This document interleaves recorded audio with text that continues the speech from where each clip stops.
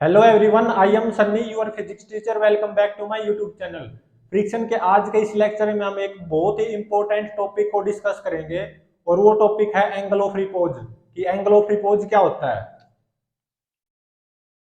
मान लो acceleration due to gravity near the surface of earth g है और ये मेरा रफ इंक्लाइंड है और ये ग्राउंड है। ये मेरा रफ इंक्लाइंड है और इस रफ इंक्लाइंड की इंक्लिनेशन विद ग्राउंड वो है थीटा। अब मैंने क्या किया, इस रफ इंक्लाइंड पे एम मास के ब्लॉक को जेंटली प्लेस कर दिया। Placed gently. और coefficient of static friction between this block and rough inclined वो म्यू एस गिवन है। Coefficient of kinetic friction between this block and rough inclined वो mu k given है। अब सोचो, मैंने इस एम मास के ब्लॉक को जेंटली प्लेस किया है इस रफ इंक्लाइंड पे। दो ही तो केस पॉसिबल हैं कि या तो ये एम मास का ब्लॉक यहीं पे इक्विलिब्रियम पे रहे। दूसरा केस क्या पॉसिबल है कि ये एम मास का block down the inclined plane accelerate करे। लेकिन मुझे यहाँ पे एंगल ऑफ रिपोज को पढ़ना है। एंगल ऑफ रिपोज क्या होता है। एंगल ऑफ रिपोज क्या होता है कि थीटा की वो मैक्सिमम वैल्यू कि ये एम मास का ब्लॉक इक्विलिब्रियम पे ही रहे। थीटा की maximum value so that block remains at equilibrium.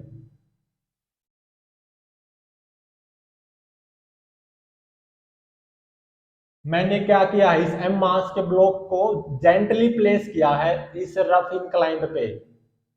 ठीक है, तो थीटा की वो maximum value so that this M mass block remains at equilibrium. Theta की वो maximum value so that this block remains at equilibrium वही क्या होता है, एंगल ऑफ रिपोज। मुझे ये फाइंड आउट करना है कि थीटा की maximum value so that this M mass remains at equilibrium वही क्या हो जाएगा, एंगल ऑफ रिपोज। इस एम मास ब्लॉक का एफबीडी बनाओ। एक तो एम जी ग्रेविटेशनल फोर्स आएगा, उसको दो कंपोनेंट में रिजोल्व कर लो। एम जी cos theta, M G sine theta. और एक normal reaction by this rough inclined on the bottom of this block N1 वो कितनी आएगी, एम जी कोस थीटा। और यहाँ पे फ्रिक्शन फोर्स भी आएगा। मैंने अभी तक इसका पूरा एफबीडी नहीं बनाया है। यहाँ पे फ्रिक्शन फोर्स पक्का आएगा, चाहे ब्लॉक इक्विलिब्रियम पे हो या down the inclined plane accelerate करे। अगर ये ब्लॉक इक्विलिब्रियम पे रहा तो इस डायरेक्शन में स्टैटिक फ्रिक्शन आएगा एम जी साइन थीटा के ही बराबर। अगर ये block down the inclined plane accelerate हुआ मान लो, तो इसी डायरेक्शन में काइनेटिक फ्रिक्शन आएगा। वो मैंने यहाँ पे नहीं दिखाया, मतलब इसका पूरा एफबीडी मैंने अभी तक नहीं बनाया है। तो लिमिटिंग फ्रिक्शन फोर्स की वैल्यू कितनी आएगी, म्यू एस इंटू में नॉर्मल रिएक्शन बिटवीन सरफेसेस, मतलब म्यू एस इंटू में एम जी कोस थीटा। और काइनेटिक फ्रिक्शन की वैल्यू कितनी होती है, म्यू के इंटू में नॉर्मल रिएक्शन, मतलब म्यू के इंटू में एम जी कोस थीटा। और ये देखो, ये एम जी साइन थीटा ये क्या है, मेरा ड्राइविंग फोर्स। अब मैंने केस वन में क्या पढ़ना है कि ये एम मास का ब्लॉक इक्विलिब्रियम पे ही रहे। Block remains at equilibrium.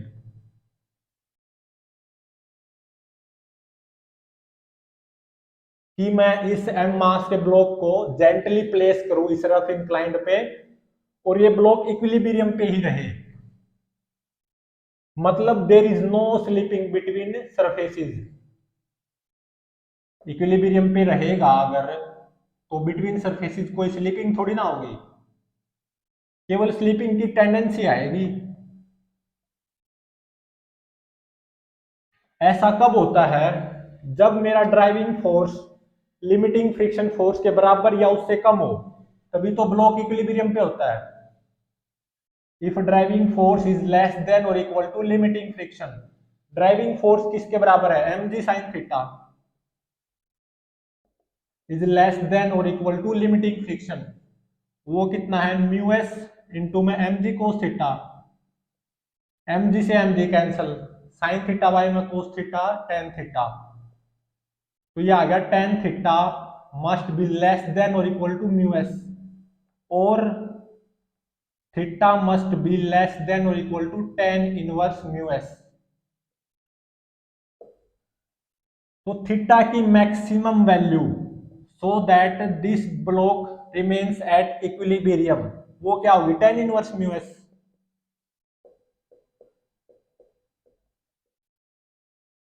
ये जो है ना theta less than equal to tan inverse mu S, ये तो आई है कंडीशन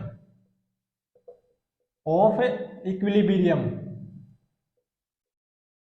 और मैंने एम मास के ब्लॉक को जेंटली प्लेस किया था इस रफ इंक्लाइंड पे, अगर ये ब्लॉक इक्विलिब्रियम पे ही रहे तो वो क्या कंडीशन होगी कि ये एंगल ऑफ इंक्लिनेशन है ना ये थीटा, ये टेन इनवर्स म्यू एस या उससे कम होना चाहिए। और एंगल ऑफ रिपोज क्या होता है कि थीटा की वो maximum value so that this M mass block remains at equilibrium, और वो मैक्सिमम वैल्यू क्या होगी, टेन इनवर्स म्यू एस। तो ये मेरा क्या है, एंगल ऑफ रिपोज।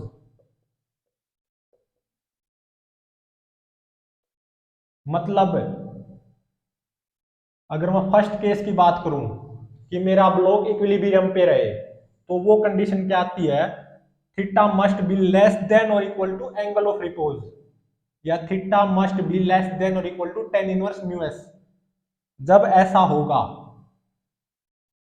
कि थीटा इज लेस देन और equal to tan inverse mu S, तो ये ब्लॉक पक्का इक्विलिब्रियम पे रहेगा, यहाँ पे कोई स्लिपिंग नहीं होगी बिटवीन सरफेसेस, मतलब स्टैटिक फ्रिक्शन आएगा। तो इसका ब्लॉक का मैं एफ बी डी बनाऊं कि theta tan inverse mu S या उससे कम है तो पक्का ये ब्लॉक इक्विलिब्रियम पे रहेगा। तो इस ब्लॉक का एफ बी डी देखो कैसा बनेगा, एम जी फोर्स आएगा ग्रेविटेशनल, तो इसका एक component M G cos theta आ जाएगा, दूसरा component M G sine theta, और एक नॉर्मल रिएक्शन आएगी by the rough inclined N one, और वो किसके बराबर होगी, एम जी कोस थीटा के ही बराबर। और क्योंकि थीटा यहाँ पे टेन इनवर्स म्यू एस या उससे कम है, मतलब थीटा एंगल ऑफ रिपोज या उससे कम है, तो ये ब्लॉक पक्का इक्विलिब्रियम पे रहेगा। मतलब इस ब्लॉक का एक्सेलरेशन क्या होगा, जीरो। ब्लॉक का एक्सेलरेशन जीरो होने का मतलब ब्लॉक के ऊपर नेट फोर्स जीरो होना चाहिए। तो इस डायरेक्शन में स्टैटिक फ्रिक्शन कितना आएगा, एम जी साइन थीटा के ही बराबर आएगा। ये क्या होगा, स्टैटिक फ्रिक्शन।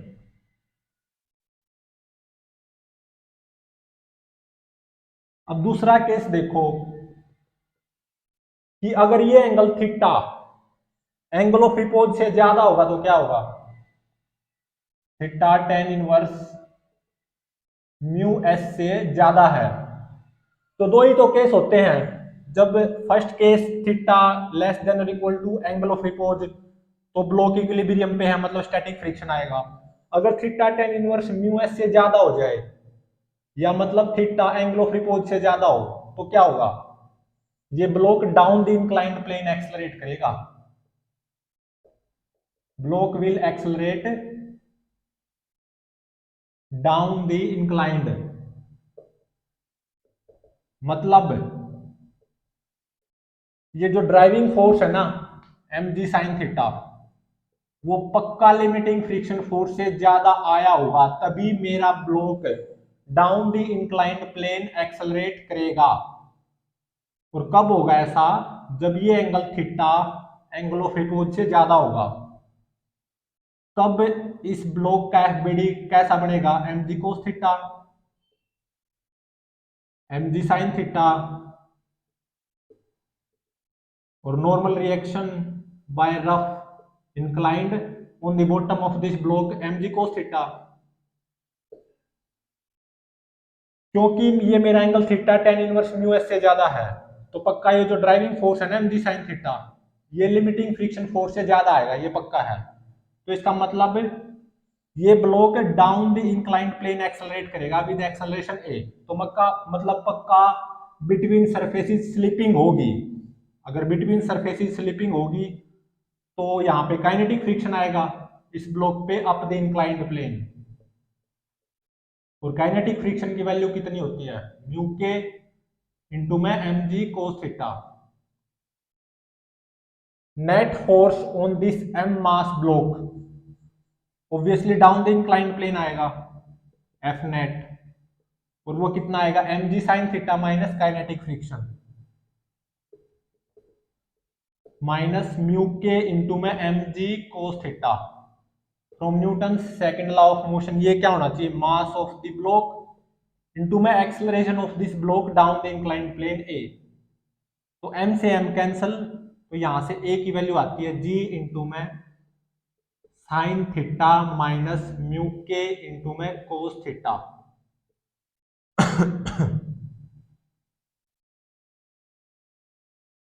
तो यहां पे देखो acceleration of this block does not depending on the mass of the block, यहां पे कहीं पे भी m नहीं है, does not depend on mass of block.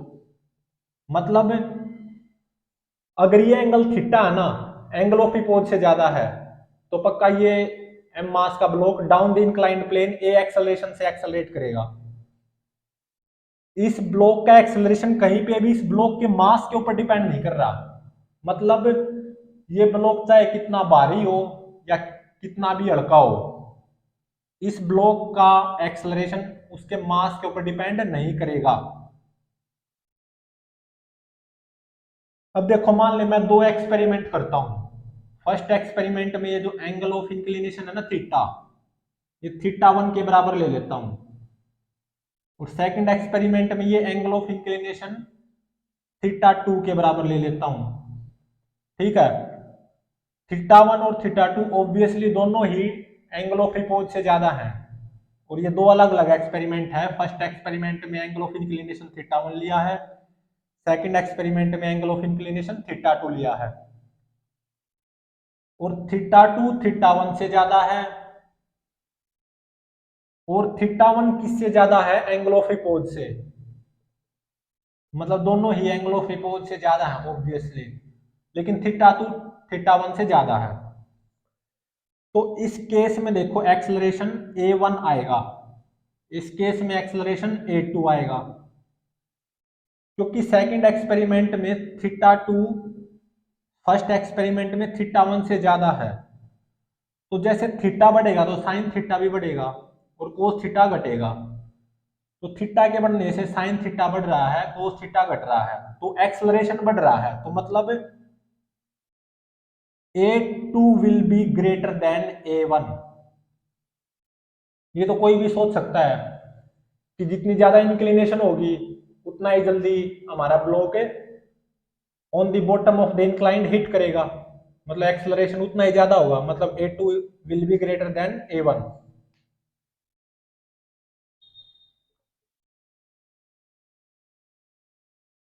मुझे यहां से क्या पता चला कि अगर मैं एक ब्लॉक को जेंटली प्लेस करता हूं इस रफ इंक्लाइंड पे, और mu s coefficient of static friction है बिटवीन ब्लॉक एंड इंक्लाइंड, और mu k coefficient of kinetic friction है between block and rough inclined. अगर मेरा angle theta tan inverse mu S या उससे कम है, तो ये मेरा ब्लॉक यहीं पे आराम से इक्विलिब्रियम पे रहेगा, there will be no slipping between surfaces. हाँ केवल टेंडेंसी होगी स्लिपिंग की, लेकिन बिटवीन सरफेसेस कोई स्लिपिंग नहीं होगी, मतलब स्टैटिक फ्रिक्शन आएगा अप द इंक्लाइंड प्लेन, जो कि mg sin थीटा के ही बराबर होगा। अगर थीटा एंगल ऑफ रिपोज से ज्यादा हुआ, मतलब tan इनवर्स म्यू एस से ज्यादा हुआ, तो ये मेरा block down the inclined plane accelerate कर जाएगा विद एक्सेलरेशन a, और उसकी वैल्यू होगी g इंटू में साइन थीटा माइनस म्यू के इंटू में कोस थीटा। इसमें मेरा टारगेट क्या था, एंगल ऑफ रिपोज को डिफाइन करना। एंगल ऑफ रिपोज क्या होता है, अगर मैं किसी ब्लॉक को जेंटली प्लेस करूं रफ इंक्लाइंड पे, तो एंगल ऑफ इंक्लिनेशन मतलब थीटा की वो मैक्सिमम वैल्यू कि मेरा ये ब्लॉक इक्विलिब्रियम पे ही रहे, उसी को बोलते हैं एंगल ऑफ रिपोज। और एंगल ऑफ रिपोज की वैल्यू कितनी निकल के आई, ten inverse mu S.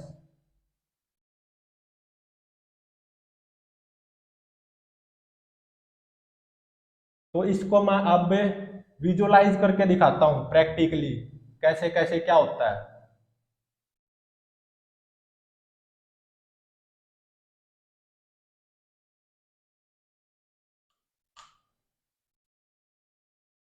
Angle of repose कितना निकल के आया है ये ध्यान में रहे, एंगल ऑफ रिपोज वो कितना निकल के आया था, टेन इनवर्स म्यू एस।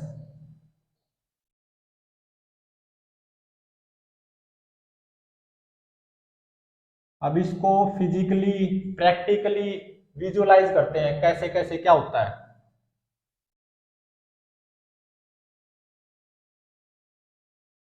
मान लो ये हमारा हमारा ग्राउंड है, ठीक है, और ये मेरा इंक्लाइंड है यही वाला, लेकिन यहाँ पे एंगल ऑफ इंक्लिनेशन थीटा कुछ कम है, जैसे 3 डिग्री, 4 डिग्री, 10 डिग्री भी हो सकता है। और मैंने इसके ऊपर एम मास का ब्लॉक जेंटली रख रखा है, ठीक है, और mu s coefficient of static friction है between block and this rough inclined, और mu k coefficient of kinetic friction है between this block and this rough inclined. तो जैसे मैं इस एंगल थीटा को है ना बढ़ाता जाऊंगा, मतलब इस इंक्लाइंड को ऊपर उठाता जाऊंगा,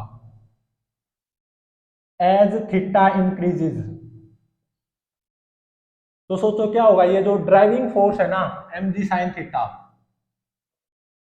ये जो मेरा ड्राइविंग फोर्स है ये क्या होगा, बढ़ेगा, क्योंकि थीटा के बढ़ने से साइन थीटा बढ़ेगा, तो ड्राइविंग फोर्स भी बढ़ेगा।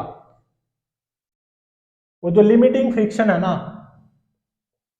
म्यू एस इंटू में एम जी कोस थीटा, ये घटेगा लिमिटिंग फ्रिक्शन। और मान लो मैंने ऐसा पाया कि जैसे जैसे मैं इस इंक्लाइन को ऊपर उठाता जा रहा हूं ना, मतलब थीटा को बढ़ा रहा हूं, कि ये एम मास का ब्लॉक इक्विलिब्रियम पे ही है, मतलब there is no slipping between these two surfaces. जैसे मैं इस थीटा को बढ़ा रहा हूं, मतलब इस इंक्लाइन को ऊपर उठाता जा रहा हूं, तो ड्राइविंग फोर्स बढ़ता जा रहा है, लिमिटिंग फ्रिक्शन फोर्स घटता जा रहा है, लेकिन ये मेरा एम मास का ब्लॉक इक्विलिब्रियम पे ही है, तो इसका मतलब पक्का driving force limiting friction force से कम ही होगा। हाँ ये जरूर है कि इस जैसे इस थीटा को ऊपर, मतलब थीटा को बढ़ाता जाऊंगा या इस इंक्लाइन को ऊपर उठाता जाऊंगा, ड्राइविंग फोर्स बढ़ता जाएगा, लिमिटिंग फ्रिक्शन फोर्स घटता जाएगा, लेकिन अब भी मेरा driving force limiting friction force से कम है, क्योंकि ये अभी तक एम मास का ब्लॉक इक्विलिब्रियम पे ही है इस इंक्लाइंड पे। जैसे मैं इस इंक्लाइंड को ऊपर उठाता जा रहा हूँ, मतलब थीटा को बढ़ाता जा रहा हूँ, मतलब ये अभी तक ये block down the inclined plane accelerate नहीं किया है, तो पक्का driving force limiting friction force से कम होगा। और जैसे थीटा बढ़ाता जाऊंगा, अब भी स्लिप नहीं किया है, अब भी स्लिप नहीं किया है, तो ड्राइविंग फोर्स बढ़ रहा है, लिमिटिंग फ्रिक्शन फोर्स कम हो रहा है, लेकिन अब भी driving force limiting friction force से कम ही है। देखो ड्राइविंग फोर्स बढ़ रहा है, लिमिटिंग फ्रिक्शन फोर्स घट रहा है, और अब भी ये मेरा ब्लॉक इक्विलिब्रियम पे ही है, तो एक ऐसी स्टेज जरूर आएगी जब ये मेरा driving force limiting friction force के बराबर हो जाएगा, क्योंकि ड्राइविंग फोर्स बढ़ रहा है, लिमिटिंग फ्रिक्शन फोर्स घट रहा है, तो थीटा के और बढ़ाने से एक ऐसी स्टेज पक्का आएगी जब driving force limiting friction force के बराबर हो जाएगा, मतलब एम जी साइन थीटा किसके बराबर हो जाएगा, म्यू एस इंटू में एम जी कोस थीटा, मतलब टेन थीटा म्यू एस के बराबर हो जाएगा। तो यहां से थीटा कितना आ गया, टेन इनवर्स म्यू एस, और यही क्या होता है एंगल ऑफ रिपोज।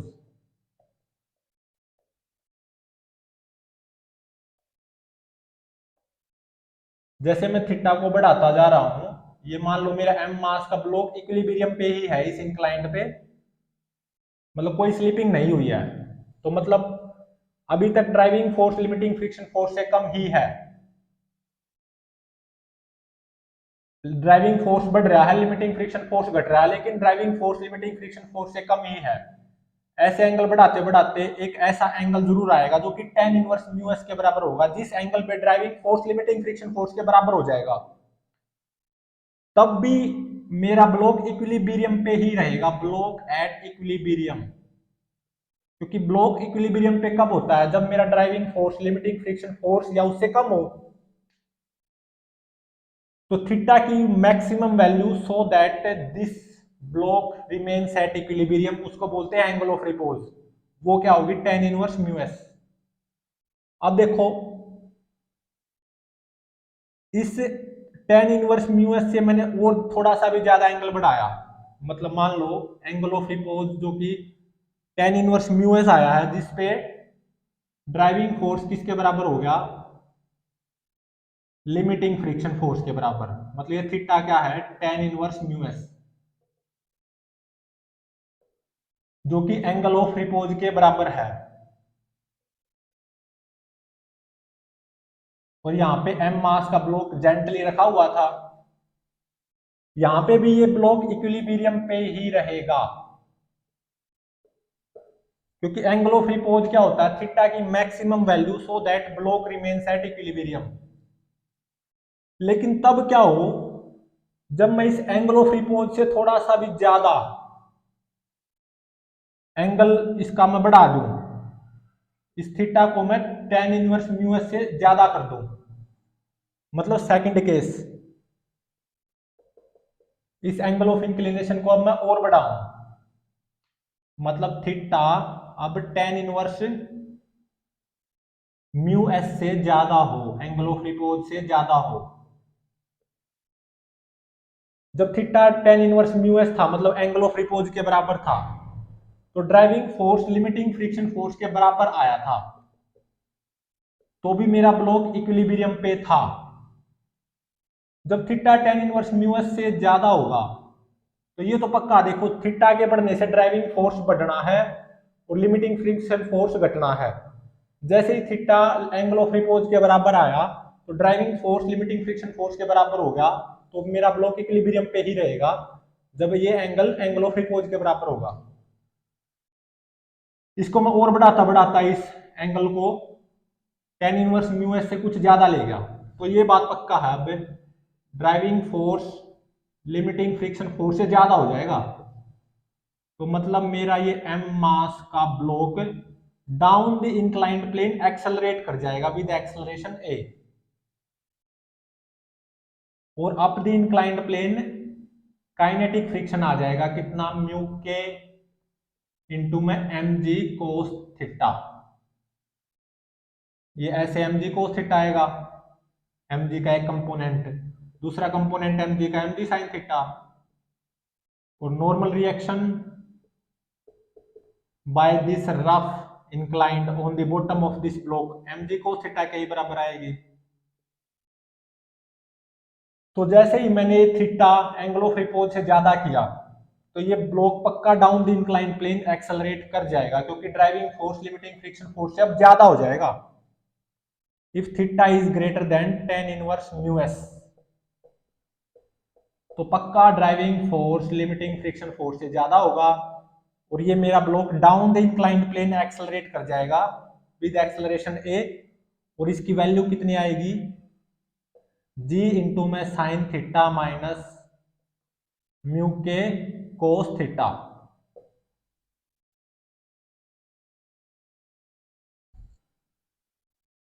तो थीटा की वो maximum value so that this block remains at equilibrium, उसी को बोलते हैं एंगल ऑफ रिपोज, और वो कितनी होती है? tan इनवर्स म्यू एस के बराबर, जिसपे ड्राइविंग फोर्स मतलब एम जी साइन थीटा किसके बराबर हो जाता है? लिमिटिंग फ्रिक्शन फोर्स के बराबर। तो जब ये angle theta tan inverse mu S मतलब एंगल ऑफ रिपोज के बराबर होगा, तो ये ऑब्वियसली ये ब्लॉक इक्विलिब्रियम पे होगा। तो इसका एफबीडी पूरा कितना आएगा? ऐसे एम जी cos theta M G sine theta, M G के दो कंपोनेंट कर दिए ना, और normal reaction by the rough inclined on the bottom of this block mg cos theta। और यहाँ पे फ्रिक्शन फोर्स ऑब्वियसली स्टैटिक आएगा mg sin थीटा के ही बराबर। और ये कौन सा होगा, लिमिटिंग फ्रिक्शन होगा।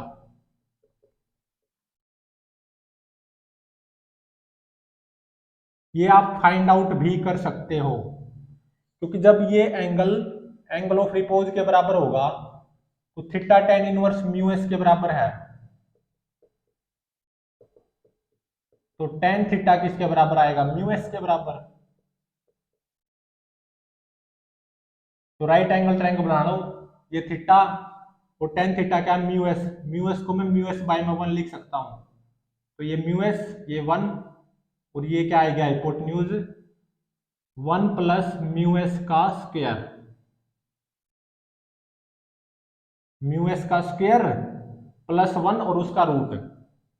तो जब ये एंगल ऑफ रिपोज के बराबर होगा तो ये फ्रिक्शन फोर्स आएगा ना अपने इंक्लाइंड प्लेन, जो कि mg sin थीटा के बराबर आएगा, वो पक्का लिमिटिंग फ्रिक्शन के बराबर आएगा।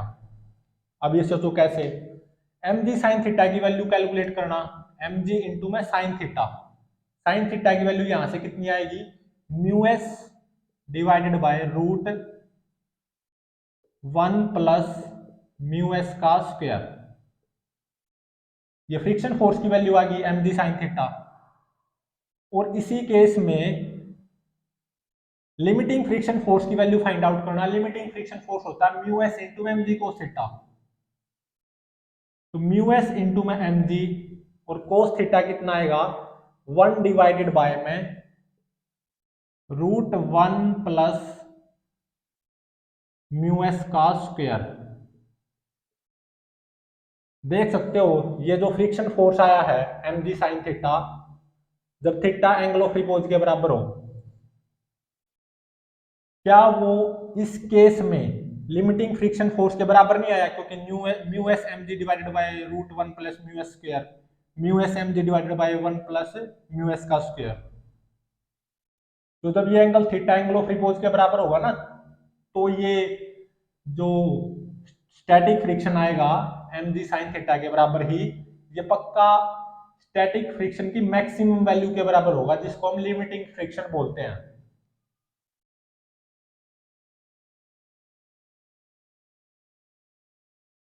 तो अब इसके ऊपर बेस्ड कुछ एग्जाम्पल करते हैं।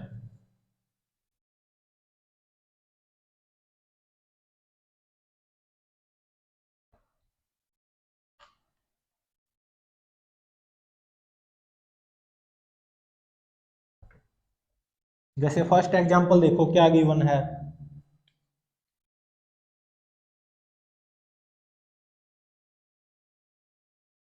मान लो एक्सेलरेशन ड्यू टू ग्रेविटी की value near the surface of earth 10 metre पर सेकंड स्क्वायर गिवन है, और एक रफ इंक्लाइंड गिवन है, ये रफ इंक्लाइंड है जिसकी एंगल ऑफ इंक्लिनेशन मतलब थीटा वो कितनी गिवन है, 37 डिग्री, और ये मेरा ग्राउंड है, ये रफ इंक्लाइंड है, और मैंने इसके ऊपर 2 kg का ब्लॉक जेंटली प्लेस कर दिया, ठीक है। और coefficient of static friction between this block and rough inclined मतलब म्यू एस की वैल्यू 0.9 गिवन है, और coefficient of kinetic friction between this block and rough inclined वो 0.8 गिवन है। तो इस ब्लॉक का एक्सलरेशन फाइंड आउट करना है। तो सीधी सी बात है, या तो ये 2 kg का ब्लॉक यहाँ पे इक्विलिब्रियम पे रखा रहेगा, दो ही तो केस हो सकते हैं, या ये down the incline plane accelerate करे। तो यही पता लगाना कि ये इक्विलिब्रियम पे रखा रहेगा या डाउन द इंक्लाइन प्लेन किसी एक्सेलरेशन से एक्सेलरेट करेगा। तो acceleration of block find out करना है। अब इसको सोल्व करते हैं। म्यू एस कितना गिवन है, 0.9। तो जब म्यू एस 0.9 गिवन है तो इस केस में एंगल ऑफ रिपोज की वैल्यू फाइंड आउट करो। एंगल ऑफ रिपोज की वैल्यू कितनी होती है, टेन इनवर्स म्यू एस, मतलब टेन इनवर्स 0.9 आ जाएगी। और टेन इनवर्स 0.9 की वैल्यू कितनी आती है, 42 डिग्री। ठीक है, नियरली 42 डिग्री आती है टेन इनवर्स 0.9 की वैल्यू। मतलब इस पर्टिकुलर एग्जांपल के लिए एंगल ऑफ रिपोज की वैल्यू आ गई 42 डिग्री।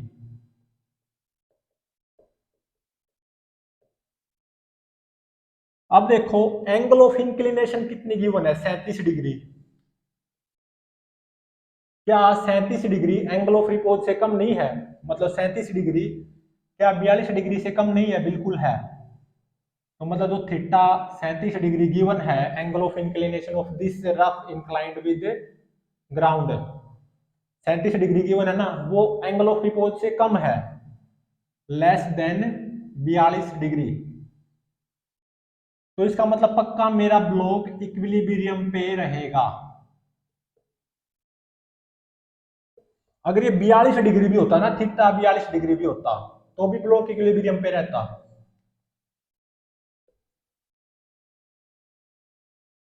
तो मतलब इस पर्टिकुलर एग्जांपल में एक्सेलरेशन ऑफ ब्लॉक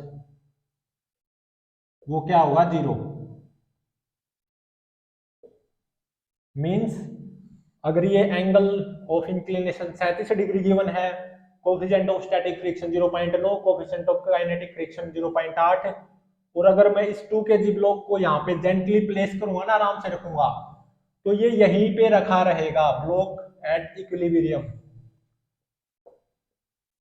इसको बिल्कुल स्टैंडर्ड मेथड से भी सोल्व कर सकते हैं, हालांकि चक्कर वही है। कैसे, थीटा 37 डिग्री गिवन है और 2 kg का ब्लॉक मैंने यहाँ पे जेंटली प्लेस किया है, ठीक है। और म्यू एस कितना गिवन है, 0.9, म्यू के 0.8। तो इस 2 kg ब्लॉक का एफ बी डी बनाओ, एम जी 20 न्यूटन आएगा, उसका ये कंपोनेंट 20 cos 37, ये कितना होगा 16 न्यूटन, और ये कंपोनेंट 20 sin 37, ये क्या होगा 12 न्यूटन। और normal reaction by this rough inclined on the bottom of 2 kg block N1 वो 16 न्यूटन के ही बराबर आएगा। ये 12 न्यूटन क्या है, driving force. Limiting friction force की वैल्यू निकालना, म्यू एस 0.9 इंटू में नॉर्मल रिएक्शन 16, ये कितनी आती है 14.4 न्यूटन। और ड्राइविंग फोर्स कितना है 12 newton down the inclined plane. Driving force limiting friction force से कम है ना, क्योंकि 12 न्यूटन 14.4 से कम है, तो डेफिनेटली ब्लॉक इक्विलिब्रियम पे रहेगा ना। तो ब्लॉक एट इक्विलिब्रियम, क्योंकि ड्राइविंग फोर्स जो कि 12 न्यूटन आया है डाउन द इंक्लाइंड प्लेन, वो लिमिटिंग फ्रिक्शन फोर्स से कम है, क्योंकि 12 14.4 से कम है, तो ये ब्लॉक इक्विलिब्रियम पे ही रहेगा। तो इसका मतलब इसके ऊपर नेट फोर्स 0 होना चाहिए। तो इसका मतलब up the inclined plane static friction कितना आएगा, 12 न्यूटन के ही बराबर आएगा।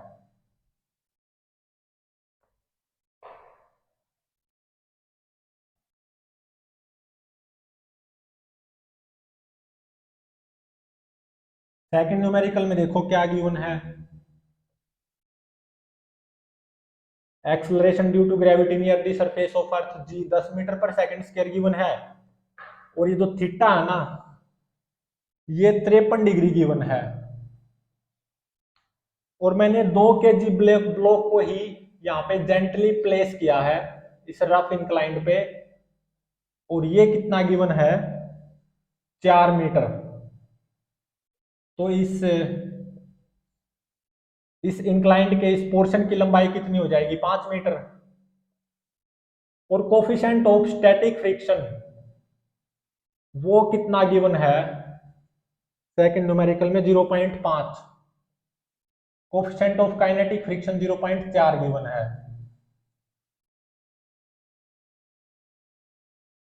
तो इस ब्लॉक का एक्सेलरेशन फाइंड आउट करना है। सबसे पहली बात तो इसका मतलब ये पता लगाना है कि ये 2 kg का ब्लॉक यहीं पे इक्विलिब्रियम पे ही रहेगा, या सेकंड केस क्या बनता है, डाउन द प्लेन किसी एक्सेलरेशन से एक्सेलरेट करेगा डाउन द इंक्लाइंड प्लेन। तो acceleration of block find out करना, और मान लो ये block down the inclined plane accelerate कर गया, तो कितने टाइम में ये बॉटम ऑफ द इंक्लाइंड को हिट करेगा। अगर ये एक्सेलरेट करा तो time taken to hit bottom of inclined.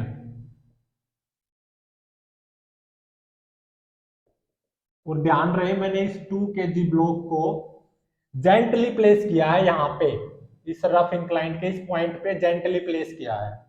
ये 4 मीटर की उन्हें 5 मीटर।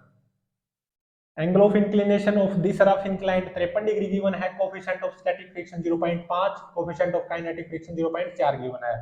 सबसे पहले तो ये पता लगाना है कि क्या ये ब्लॉक एक्सेलरेट करेगा या नहीं। अगर करेगा तो सीधी सी बात है डाउन द इंक्लाइन प्लेन ही एक्सेलरेट करेगा। तो कितना टाइम लेगा बॉटम ऑफ द इंक्लाइन को हिट करने में। तो angle of repose find out करते हैं। tan इनवर्स म्यू एस, यही तो होता है एंगल ऑफ रिपोज का फॉर्मूला। म्यू एस कितना 0.5 गिवन है, तो tan इनवर्स 0.5 की वैल्यू होती है 26.56 डिग्री यूजिंग कैलकुलेटर। और थीटा 53 डिग्री है, और एंगल ऑफ रिपोज से ज्यादा है obviously. Theta is equal to 53 degree is greater than angle of repose. तो इसका मतलब ये ब्लॉक पक्का definitely down the inclined plane accelerate तो करेगा। Block will accelerate down the inclined plane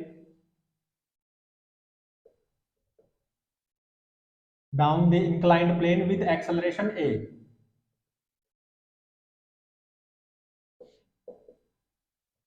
और उस एक्सेलरेशन a की वैल्यू क्या होगी,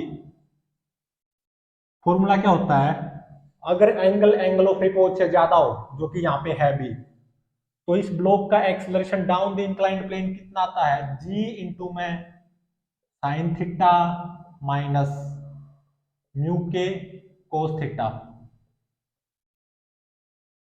जी कितना गिवन है 10, और थीटा 53 डिग्री, साइन 53 डिग्री होता है 4/5 माइनस म्यू के 0.4 गिवन है, कोस 53 होता है 3/5। तो ये आ जाएगा 2 इंटू में 4 माइनस 1.2। तो 4 में से 1.2 गया, ये कितना हो गया 2.8। 2.8 इंटू में 2, ये आता है 5.6 मीटर पर सेकंड स्क्वायर। मतलब ये ब्लॉक रेस्ट से t इक्वल टू 0 पे रेस्ट पे है यहाँ पे, और इसका एक्सेलरेशन है t इक्वल टू 0 पे भी, और डाउन द इंक्लाइंड प्लेन इसका एक्सेलरेशन कितना बना रहेगा 5.6 मीटर पर second square. t equal to 0 पे यहाँ पे रेस्ट पे है, ठीक है। तो यहाँ पे up the inclined plane obviously kinetic friction आएगा, वो देखते हैं कितना आएगा बाद में, क्योंकि स्लिपिंग होगी ना बिटवीन सरफेसेस, क्योंकि ये एंगल ऑफ रिपोज से ज्यादा है, तो ये definitely down the incline plane accelerate करेगा, तो मतलब बिटवीन सरफेसेस स्लिपिंग आएगी, तो up the incline plane kinetic friction आएगा। तो अब मुझे ये पता लगाना है कि इस ब्लॉक ने यहां से यहां तक पहुंचने में कितना टाइम लिया, मतलब बॉटम ऑफ द इंक्लाइन को हिट करने में कितना टाइम लेगा ये ब्लॉक। तो s is equal to u t plus half है टी स्क्वायर लगा दो, s 5 metre, u0 half acceleration of this block down the inclined plane कितना 5.6, यहां से यहां तक का टाइम वो क्या है कैपिटल T माइनस 0, मतलब कैपिटल T का स्क्वायर। तो ये कैपिटल T की वैल्यू आती है 1.33 सेकेंड। मतलब ये ब्लॉक यहां से यहां तक हिट करने में इतना टाइम लेगा। Time taken to hit the inclined, to hit the bottom of the inclined।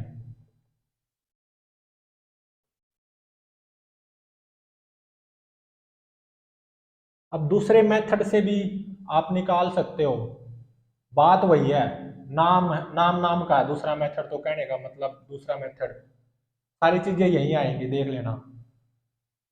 इस 2 kg ब्लॉक का एफबीडी बनाओ, और ये एंगल कितना है, 53 डिग्री गिवन, और ये मेरा 2 kg ब्लॉक है। तो सबसे पहले mg फोर्स आएगा 20 न्यूटन, उसका ये कंपोनेंट 20 cos 53 12 न्यूटन आएगा, और 20 sin 53 16 Newton. Normal reaction by rough inclined on the bottom of this 2 kg block 12 Newton आएगी। और लिमिटिंग फ्रिक्शन फोर्स की वैल्यू कितनी आएगी, 0.5 इंटू में 12, तो ये कितना हो गया 6 न्यूटन। और काइनेटिक फ्रिक्शन फोर्स की वैल्यू कितनी आएगी, 0.4 इंटू में 12, जो कि आएगी 4.8 न्यूटन। ये 16 न्यूटन क्या है, ड्राइविंग फोर्स। क्या ये लिमिटिंग फ्रिक्शन फोर्स से ज्यादा नहीं है, बिल्कुल है, 16/6 से ज्यादा है। तो इसका मतलब ये 2 kg ब्लॉक पक्का एक्सेलरेट करेगा डाउन द इंक्लाइंड प्लेन, मतलब up the inclined plane kinetic friction आएगा वास्तविकता में, और वो कितना 4.8 न्यूटन। ठीक है, तो net force on this 2 kg block down the inclined plane आएगा ऑब्वियसली, और वो कितना आएगा 16 माइनस 4.8, ये क्या होगा Newton second law of motion के according, mass of 2 kg block into में acceleration of 2 kg block down the inclined plane. और ये पक्का यहां से भी 5.6 मीटर पर सेकंड स्क्वायर आना चाहिए। 16 में से 4.8 सब्ट्रैक्ट करो, 10 में से 8 गए 2, और 5 में से 4 गए 1, तो ये आ गया 11.2। तो एक्सेलरेशन की वैल्यू आएगी 11.2 डिवाइडेड बाय 2, तो देख सकते हो 5.6 मीटर पर सेकंड स्क्वायर ही आया है, और इतना ही आना चाहिए था। तो मतलब ये 2 kg ब्लॉक है ना, रेस्ट से एक्सेलरेट करेगा down the inclined plane with acceleration 5.6 metre पर सेकंड स्क्वायर। और kinetic friction obviously up the inclined plane आएगा कितना 4.8 newton. Normal reaction between these two surfaces N1 मतलब 12 न्यूटन आएगी। और ये 2 kg ब्लॉक यहां से यहां तक हिट करने में on the bottom of the incline जब हिट होगा, तो स्टॉप वॉच में टाइम कितना होगा 1.33 सेकेंड। अब देखो थर्ड न्यूमेरिकल में क्या गिवन है,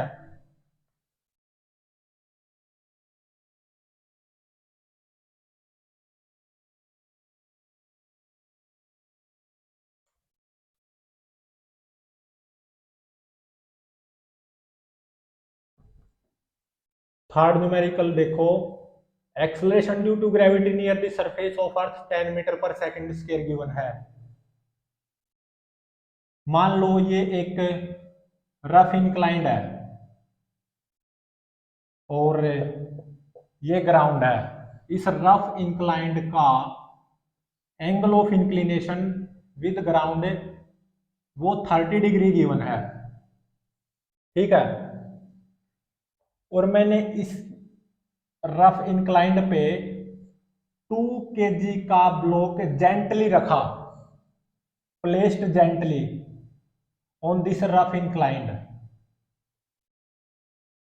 और मान लो कोफिशिएंट ऑफ स्टैटिक फ्रिक्शन की value between this block and this rough inclined वो म्यू एस है। तो पता क्या लगाना है कि इस म्यू एस की मिनिमम वैल्यू कितनी होनी चाहिए कि ये 2 kg ब्लॉक इक्विलिब्रियम पे ही रहे, मतलब कोई स्लिपिंग ना हो between surfaces. Minimum value of coefficient of static friction मतलब म्यू एस की मिनिमम वैल्यू फाइंड आउट करनी है, so that block remains at equilibrium।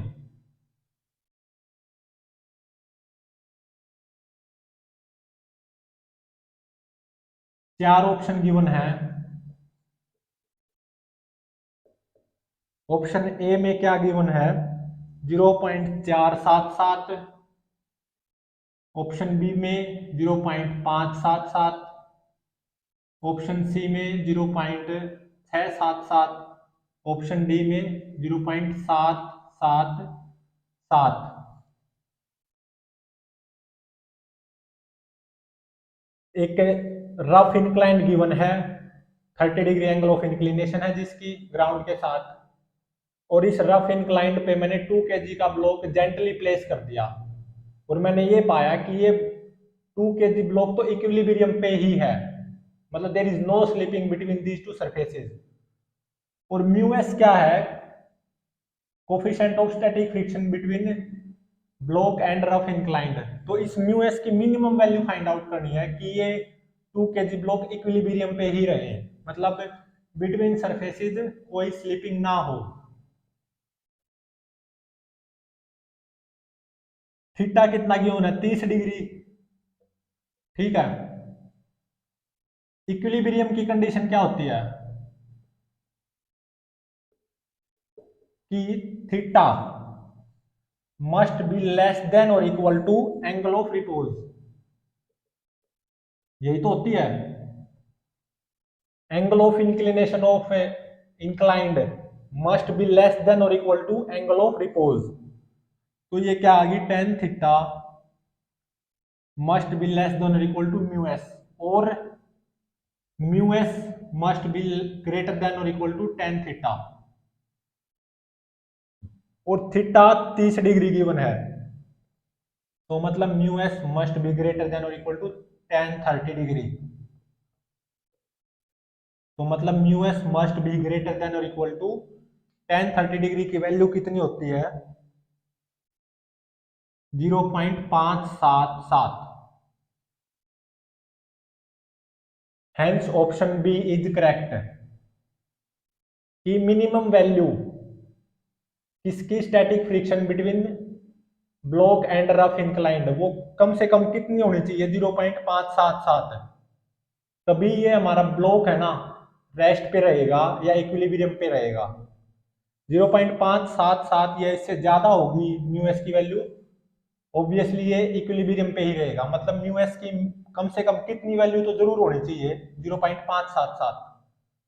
अगर mu s coefficient of static friction 0.577 से कम हुआ तो ये ब्लॉक इक्विलिब्रियम पे नहीं रहेगा, ब्लॉक नॉट इक्विलिब्रियम,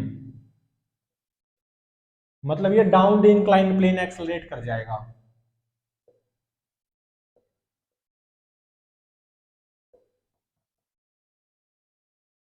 कितने एक्सेलरेशन से g इंटू में साइन थीटा माइनस म्यू के इंटू में कोस थीटा। थीटा यहां पे गिवन है 30 डिग्री और g गिवन है 10 मीटर पर second square. Coefficient of kinetic friction अगर गिवन हो और म्यू एस 0.577 से कम हो, मान लो कोफिशिएंट ऑफ काइनेटिक फ्रिक्शन कितना गिवन हो 0.4 गिवन हो, और कोफिशिएंट ऑफ स्टैटिक फ्रिक्शन कितना गिवन हो 0.5 गिवन हो, तो देख सकते हो कोफिशिएंट ऑफ स्टैटिक फ्रिक्शन 0.5 है, क्या वो 0.577 से कम नहीं है, तो ये block down the inclined plane accelerate कर जाएगा। कितने एक्सेलरेशन से, जी की वैल्यू पुट करो 10, थीटा की वैल्यू 30 डिग्री, म्यू के 0.4, तो जो भी आएगा। ये मतलब तो दूसरा केस है। इस केस में क्या गिवन है कि कम से कम कितनी रफनेस होनी चाहिए या कोफिशिएंट ऑफ स्टैटिक फ्रिक्शन की कम से कम कितनी वैल्यू होनी चाहिए कि हमारा ये 2 kg ब्लॉक इक्विलिब्रियम पे रहे, और वो कम से कम कितनी होनी चाहिए 0.577। अगर 0.577 से कम हुई, जैसे 0.5 हुई मान लो म्यू एस की वैल्यू, और म्यू के 0.4 गिवन है, तो ये पक्का 2 kg block down the inclined plane accelerate कर जाएगा विद सम एक्सेलरेशन ए, और उसकी वैल्यू भी आप फाइंड आउट कर सकते हो। जी को 10 पुट कर लेना, थीटा को 30 डिग्री, म्यू के यहाँ पे गिवन है 0.4, मान लो गिवन हो 0.4,